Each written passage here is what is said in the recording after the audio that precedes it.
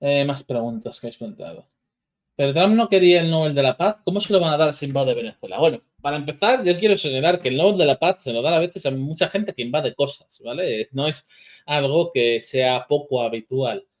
Pero en este sentido, yo creo que es una razones para pensar que no va a ser una operación muy grande, sino que van a ser una operación que de apoyo aéreo confiando en el apoyo interno en Venezuela. Básicamente le damos apoyo al anterior Nobel de la Paz para que me den a mí el Nobel de la Paz. En ese sentido, es el que me parece que es un poco donde va a querer llevar la narrativa en ese sentido. Pero, por supuesto, también puede ser un posible elemento disuasorio, un elemento que retrase la operación. Pero yo creo que por mucho que a Trump le importe el Nobel de la Paz, por muy pesado que sea con el tema, eso no impedirá que ocurra esta operación en Venezuela. Eh, eh, eh, eh. Más cuestiones, más cuestiones. Estoy viendo a ver si tenéis aquí más preguntas que en medida posible. ¿Existe la posibilidad de que una parte fuerte de Venezuela se levante contra Maduro? La posibilidad existe, quiero decir, es plantear que no existe la posibilidad de que dentro de las FARC haya facciones o elementos que estén en contra de, o al menos dispuestos a, en caso de un ataque estadounidense, cambiar de bando, me parecería totalmente surrealista, decir que no existe. La pregunta clave es, ¿cuán grande es ese elemento y quiénes lo liderarían? Eso sería lo relevante en este sentido. Por cierto, veo mucho comentarlo. Sí, ha habido hoy 3 B-52 han entrado en la zona de identificación de Maiquetía, en el norte de Venezuela, y han estado dando vueltas por allí, haciendo simulaciones de ataques y poniendo nerviosos a los venezolanos.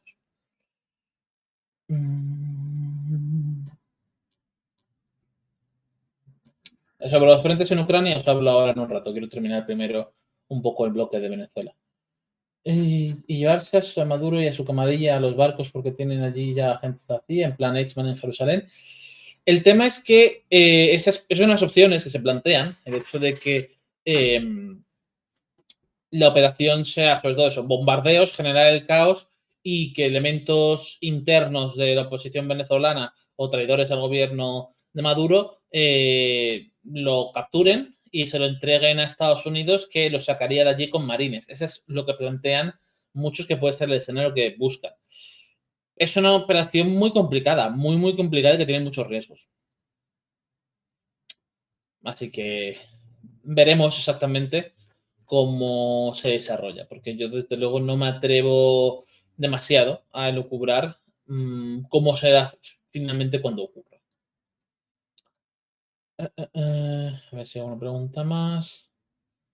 Yo, bueno, me preguntáis qué opino del Nobel de la Paz coreano. No tengo una gran opinión de los Nobel de la Paz en general como una herramienta de... Quiero decir, me parece que simplemente es una herramienta más del sistema liberal de poner focos en determinados sitios. Yo es que desde que se lo dieron a Abiy Ahmed y unos meses después de que se lo dieron a Abiy Ahmed, desató la guerra de Tigray y mató a 400.000 personas en una hambruna, tengo opiniones sobre el Nobel de la Paz en términos generales, ¿vale? Así que no me gusta mucho tampoco ahondar en esto, pero vaya, no es un premio que yo le dé particular valor o particular importancia. Esto, por cierto, fue en 2019. Sí, por supuesto. O Si sea, tiene hay crisis en importancia, Jorge, Venezuela. perdona, tiene importancia en el sentido de que nos ratifica algunas tendencias. Es decir, a nosotros Sí, sí, ver que se básicamente. lo daban a María Corina Machado fue un poco, bueno, pues una confirmación de lo que estábamos viendo en el Caribe. No sé si una confirmación, pero Sí. desde luego otra pista. Sí, otro elemento que es importante en la situación en Venezuela ahora mismo. Y en ese sentido, bueno, pues yo estoy. No le doy mucha importancia en términos del valor que pueda tener sobre la actividad de alguien o su no actividad. eh, Porque eso, me parece que es un premio muy políticamente cargado y eso, que no le doy más vueltas. Y sí, no, quiero decir, si miramos en la historia hay muchos casos cuestionables. Hay quien diría que por qué se lo dieron a Theodore Roosevelt cuando en 1906 con el legado que tenía Roosevelt. Lo hizo por la mediación para finalizar la guerra ruso-japonesa, sí, pero bueno. Y alguien dice, pues, o Kissinger es otro caso cuestionable, alguien dice, etcétera. Es decir, hay una larga historia de polémicas, tampoco quiero perderme mucho en esto, no le doy particular importancia. Vale, creo que con esto más o menos hemos cubierto lo que quería comentar inicialmente, bueno, de Venezuela, que nos preguntan por último, pero el chavismo tiene mucho apoyo y me atrevo a decir que la amenaza de Estados Unidos hace que aumente todavía más. Yo no me atrevo a medir los niveles de apoyo para nadie, ni para la oposición, ni para el chavismo. Me parece relevante señalar esto. De hecho, pienso que el venezolano promedio está un poco quemado con todo. Pero tampoco es mi ámbito de especialidad, así que tampoco quiero meterme en este sentido mucho. Suele haber, cuando te ataca un país extranjero, un efecto rally de flag si aguantas el ataque. A partir de ahí, veremos qué ocurre. Yo lo dejo un poco en el aire. Vale, pues dicho lo cual, nos toca hablar de Ucrania. Nos toca actualizar un poco la situación en Ucrania, que hace un par de semanas que yo no os la actualizo. Sé que otros compañeros sí que han hecho algunos comentarios, algunas cuestiones, pero yo tengo que también poneros al día, que es parte de mi trabajo. Así que si nos puedes traer el mapa, Edu, para que podamos ir dándole vueltas. Dame un minutito y lo traigo. Vale, pues, y bueno, sí, estáis comentándolo varios. Si ataca a Estados Unidos, Venezuela y tenemos crisis gorda al respecto, estoy seguro que en la política española vamos a tener muchos comentarios polémicos por todas partes. Y ya está. No quiero ahondar más en ese aspecto, pero me parece claro en ese sentido. Vale, pues hablemos un poco de frentes en Ucrania. Vuelve a haber algo más de actividad de lo que había hace, pues eso, las 2 semanas, que nos cuento cosas. Lo principal que ha ocurrido en estos últimos días han sido los avances en Kupiansk por parte de Rusia, que ha controlado aproximadamente el 70 y algo por ciento de la ciudad. El porcentaje varía según lo grande que consideres que es la zona gris dentro de la misma. Básicamente la orilla occidental de los Kil en esa zona está fuertemente controlada por los rusos. Esa batalla parece que está terminando de inclinarse hacia el bando ruso, aunque quién sabe cuánto quede todavía de la misma. Luego, tenemos en la zona de Pokrovsk y Mirhograd, hemos tenido un incremento en la actividad, sobre todo en torno a Mirhograd. Particularmente importante, por otra parte, también ha sido que en el saliente del norte, el llamado anteriormente saliente de Europilia, tras varias semanas de estancamiento y rifirrafe e intercambiar territorios entre rusos y ucranianos, parece que los rusos vuelven a tomar la iniciativa, han ensanchado sus posiciones en la zona, aunque me parece también que es pronto para cerrar, hablar de que está la tendencia claramente cambiada, ni nada de ese respecto, porque me parece que sigue todavía en marcha. Sobre Mirhograd en sí mismo, han entrado los rusos en la ciudad, al menos las fuerzas expedicionarias. Hay que ver exactamente hasta qué punto han podido avanzar o no, eso tardaremos días en constatarlo. Edu, te reclaman el mapa. Yo solo puedo decir tal No, cosa. si estoy en ello, pero está petando OBS, por eso voy lento. No pasa Para nada. que no Se muera hace en lo que se directo. puede por. Vale. Y tenemos también, bueno, pues continúan esos avances en la zona de Dnipropetrovsk, Zaporizhia, en ese frente que controla el grupo de tropas Esber de Rusia, ¿no? También han tomado recientemente Oleksivka, dentro de Dnipropetrovsk. Eso es una zona de control de Dnipropetrovsk que se va ensanchando, pero es un proceso relativamente lento, aunque es el de los más constantes de lo que tenemos ahora mismo dentro de lo que es el frente ucraniano. También hemos tenido pues una continuación de esos lentos avances en la zona de Limán, en la zona del norte del Oblast de Donetsk, donde continúan pues tanto en la zona de Yampil, lo que antes era el frente del bosque de Serebrianka, pues ahí continúan también los avances rusos, y la zona del norte de Limán, en la zona de Novoselivka, Sandrilove, también pues hay bastantes continúan, más bien, más que ver que bastante, continúan los avances rusos. Los ucranianos han lanzado varias contraofensivas en las últimas semanas, sobre todo, como decía antes, el saliente de Europila, que ya os digo, ha estado cambiando de manos día sí, día también. También las han lanzado, o las han intentado lanzar en la zona de Dnipropetrovsk.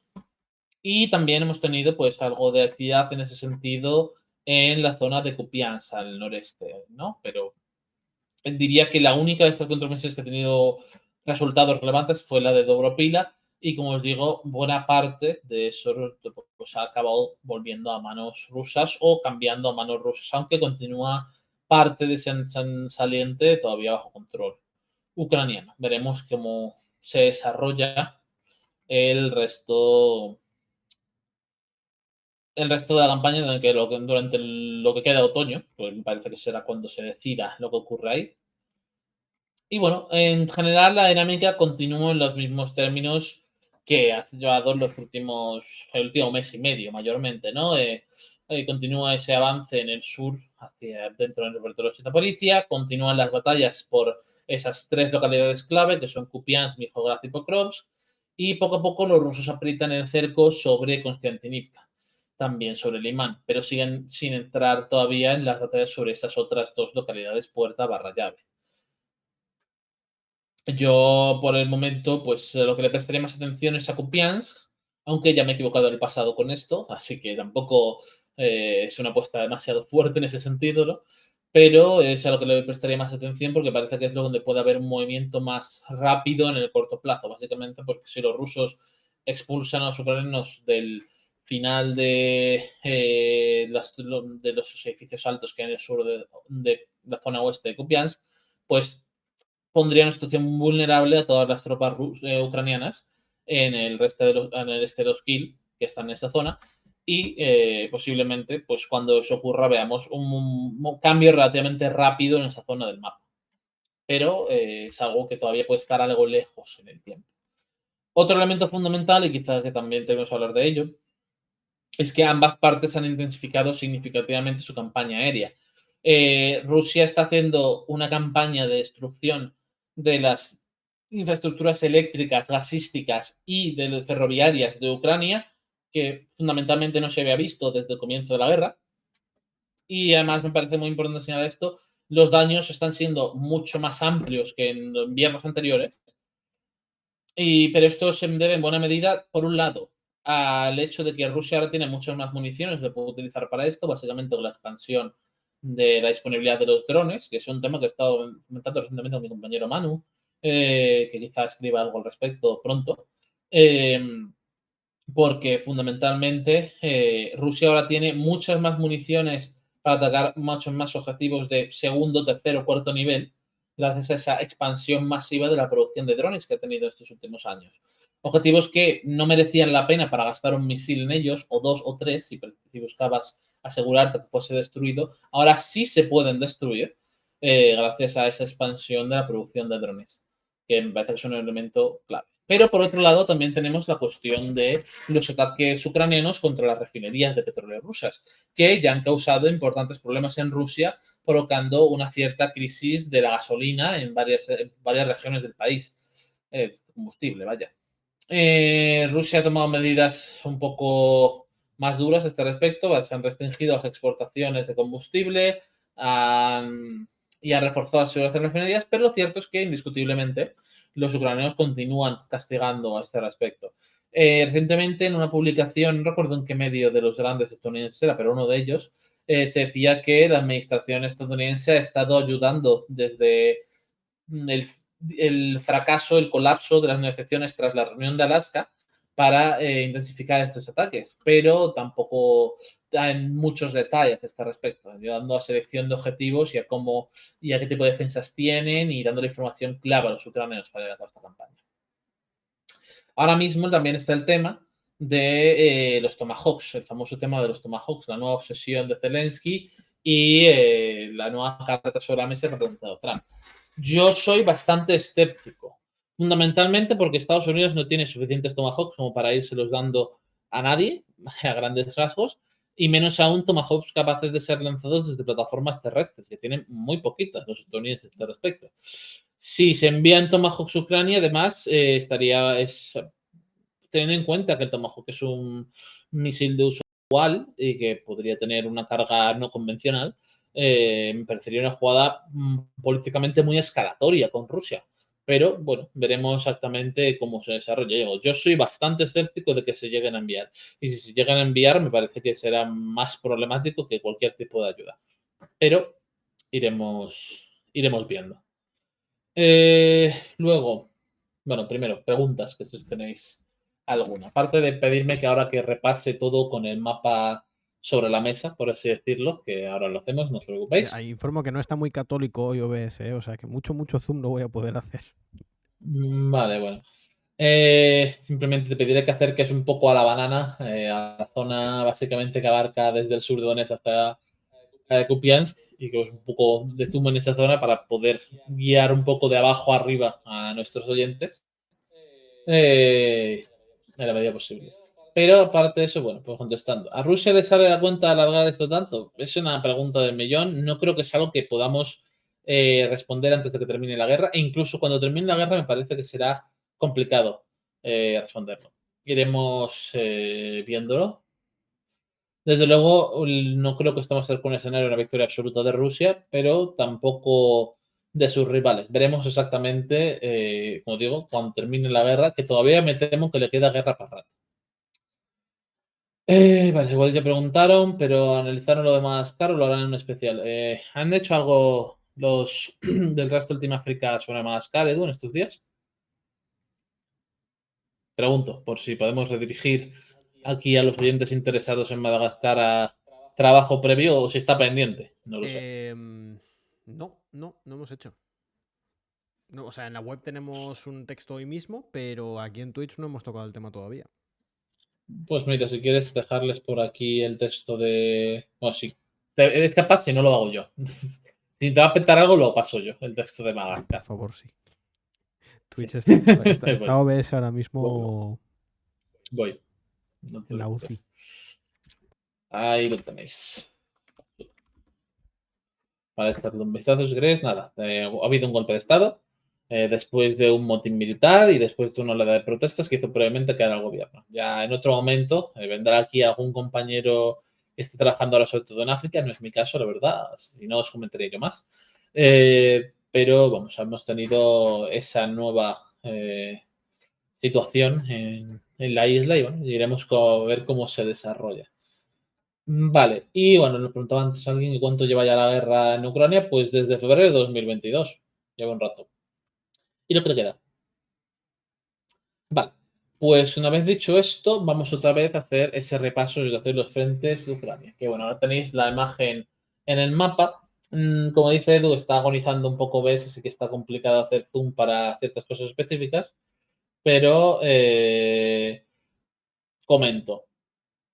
Hablando de sur a norte, ¿vale? Yendo de sur a norte. Lo primero que tenemos es, veis, esas pequeñas dos zonas amarillas en el centro de abajo a la izquierda de la imagen. Esos son los avances en los oblasts de Dnipropetrovsk y Zaporizhia que está viendo desde el este, de este a oeste, desde que los rusos tomaron Velika Novosilka a finales del año pasado. Estos avances, bueno, pues son una de las zonas más relevantes de estos últimos meses, porque si bien es un progreso lento, es un progreso constante. Siguen cayendo de manera recurrente pueblos controlados por los ucranianos en manos rusas y se continúa pues, produciendo ese avance de manera más o menos inexorable. Algo más arriba tenemos, dentro de lo que sería la zona central de Donetsk, las dos ciudades gemelas de Mirhograd y Pokrovsk, que es otra zona de las que han sido principales de combates en este último año. Básicamente porque Pokrovsk era anteriormente un nudo logístico muy importante para los ucranianos y ahora se mantiene como una ciudad fortaleza que los rusos han tratado de rodear desde varios ángulos. Como podéis ver, es prácticamente esa bolsa, ese caldero que queda en esa región. Ha habido recientemente avances dentro del propio Mirhograd, también un tercio, quizá algo menos, un cuarto de Pokrovsk que está capturado por los rusos, pero es una situación lenta, es uno de esos grandes nodos, esos grandes nudos del frente. Y hablaba antes de que ese saliente que hay algo más al norte, que veis también esas manchitas verdes alrededor del amarillo, era la zona donde había habido mucho cambio de territorio rápido entre ambas manos en las últimas semanas. Básicamente, inicialmente Rusia hizo una ruptura del frente en esa zona, avanzó unos 15-20 kilómetros, dependiendo de qué reportes se mirasen, pero Ucrania trasladó unidades de otras partes del frente, lanzó una contraofensiva y estuvo cerca de acabar con ese saliente. Después de eso, bueno, pues se estancó durante varias semanas la situación y ese estancamiento pues ha acabado, bueno, como decía antes, prefiero no pillarme los dedos a este respecto, pero se ha ido revirtiendo en favor de Rusia en la última semana, más o menos, que ha vuelto a coger aparentemente la iniciativa. Veremos exactamente qué acaba traduciéndose esto, pero parece que por ahora Rusia recupera la iniciativa y esto le permite pues, incrementar la presión sobre mi geográfico cross. Luego, algo más al este, pues tenemos la localidad de Konstantinivka, que es otra de las ciudades llave, pero que por ahora, pues, aparte de unas pocas dachas en el sur de la ciudad y otras en el este anteriormente, no hay combates dentro de la propia localidad. Es otro de esas puertas y llaves que tanto he hablado del frente en Donetsk. Más al norte tenemos Siversk, que está siendo rodeada desde el norte, desde las zonas del bosque Serebrianka, después de tras años de combates, los rusos han acabado tomando las posiciones ucranianas en esos bosques. Y bueno, Siversk es otra de esas localidades relativamente fortaleza en el frente, aunque de menor calibre que Pokrovsk, Mizhorod o Konstantinivka, y que también es importante de cara a una presión rusa hacia el oeste, hacia la doble capital de Slaviansk-Kramatorsk. Algo más al norte también tenemos la presión de Rusia desde el norte y desde el este en dirección a Limán, que es también otra de esas puertas hacia Slaviansk-Kramatorsk, esta es la puerta del norte. Y mucho más al norte, de hecho creo que son, si a ojo en cuero, de Limán a Kupiansk hay unos 90 kilómetros, tenemos la batalla por Kupiansk, es que es otra ciudad importante del frente, que básicamente, pues, recientemente ha empezado a encantarse ya hacia Rusia, tras varios meses de combates dentro de la misma, y que aproximadamente ahora mismo pues, controlan el 70% de la localidad. Respecto a cosas que me comentéis por el chat, que he visto un par de comentarios. No has comentado, pero me parece más importante estos días. Han vuelto los grupos mecanizados a las ofensivas del Donbass por parte de Rusia. He visto los vídeos. Me parece que dos vídeos desde distintos ángulos de operaciones con blindados no me parece un cambio de tendencia necesariamente. Me parece que estáis pronto para volver a hablar de que hay un cambio de tendencia y que los blindados vuelven a aparecer sobre el frente. No soy escéptico al respecto. Por lo demás, la situación es mala. La situación sigue siendo mala por el frente. Recientemente ha habido... Espera, me parece algo interesante.